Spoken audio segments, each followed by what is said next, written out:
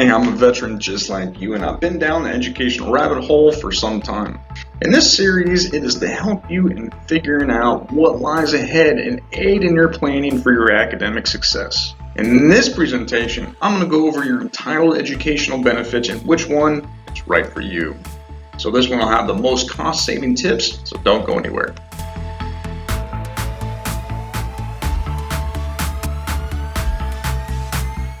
I spent most of my time in the Army on active duty and some time in the reserves. I've traveled around just like a lot of us and learned a whole lot. And after getting my master's from UF, I started working as an exercise physiologist for the Air Force, and wow, what a culture shock. So I've seen both sides of the house, and one part of the military and the other one as a civilian working for the military. The original GI Bill was put into place after World War II to help veterans during an economic calamity it was at that time. There are now several ways to pay for college and your future career dreams. This is the first program that's called Veterans Readiness or Employment, or VR&E. It also is known as Chapter 31. This is the hardest program to get accepted to in the VA system. I swear these people just get off on saying no to veterans and denying us benefits. My suggestion is applying for this benefit before you get out. That way you can go through with your counselor and set up your resume and get different options from just using your GI Bill benefits for traditional schooling. So check out this channel for help, Nic the Vet. She is amazing, and her guidebook will help you get approved.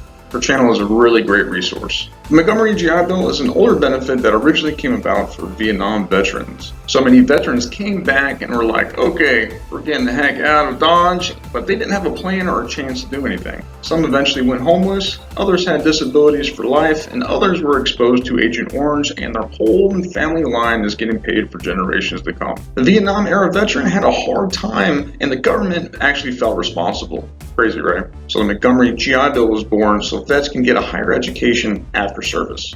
The post 9/11 was a benefit for active duty veterans to get higher education or allow it to be transferred to the service member's immediate family. And don't forget about that FAFSA, or free application for federal student aid. That's free money for college until you get done with your bachelor's at least. So VR&E should have used this benefit before going through my entire post 9/11, but live and you learn, right? And I moved on to my doctorate, and using this one first probably would have helped, but oh well. So before you get out of military service, be sure to get that veteran disability rating for all your ailments. Because guess what? It is hard to hell to fight with the VA to get it afterward. In order to be qualified for this program, you need to have at least a 20% service-connected disability or rated at 10% for serious employment handicap, whatever that means.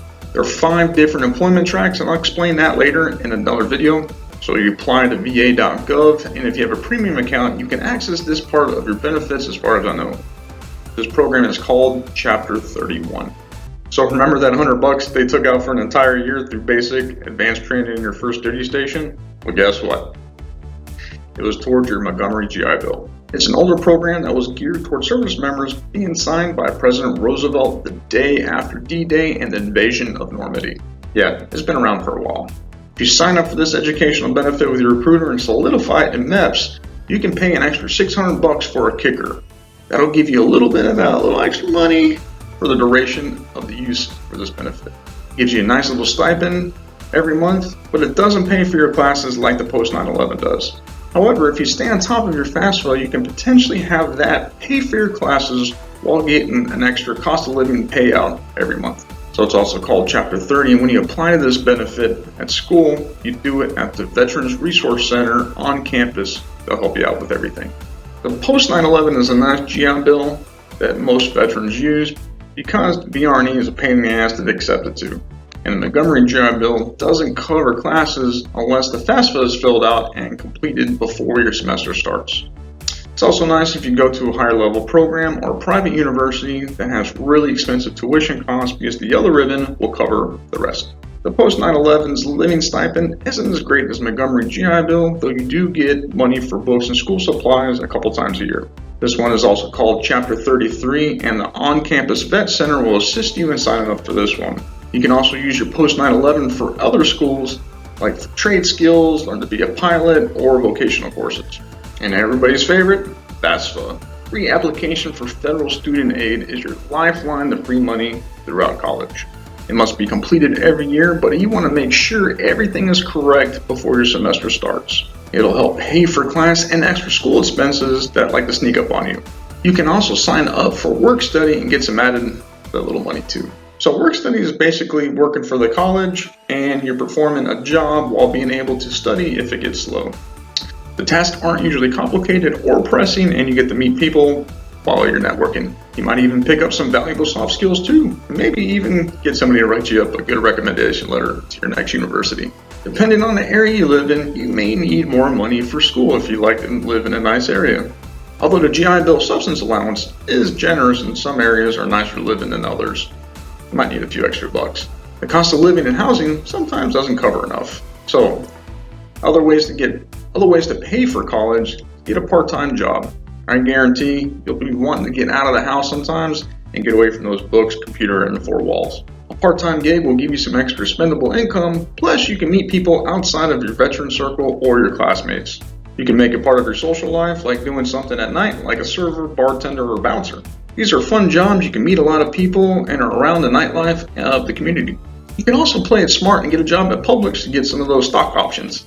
If you live in the southeastern part of the United States, you've heard of Publix, or else you've been living under a rock. Some programs can help you with college called assistantships. So you basically work for the university for free or peanuts, and you get your classes paid for. The higher level education route you want, they have more of these around. But you never know until you ask the institution where they'll be going, even if they have a program. So work study is the thing. The school you're at always needs some help of some kind. So whether or not you're just sitting at a desk, checking people in, or filing books away at the library, still some extra cash and some money in your pocket. You usually get to study while you're performing the job or task function. Not a bad deal. Our least favorite and highly discouraged way to get money is student loans. So just know this is a debt trap that many people just can't get out of. So 3 ways of getting out, paying the whole thing. 1, pay it outright, the whole thing. So whether or not you pay little payments, big chunk payments, or just paying it out. So another one is public student loan forgiveness. You have to make 120 payments and work for the government, police, fire department, or teach at a qualifying place for this program. It translates to small payments for 10 years and then you're done. The second way is to get a VA total and complete disability. So the only other way to do that, the second way is to get 100% total and complete disability rating from the VA. And I guess that fourth way, you can always die. Though if you're going to go that route, I don't suggest doing it anytime soon.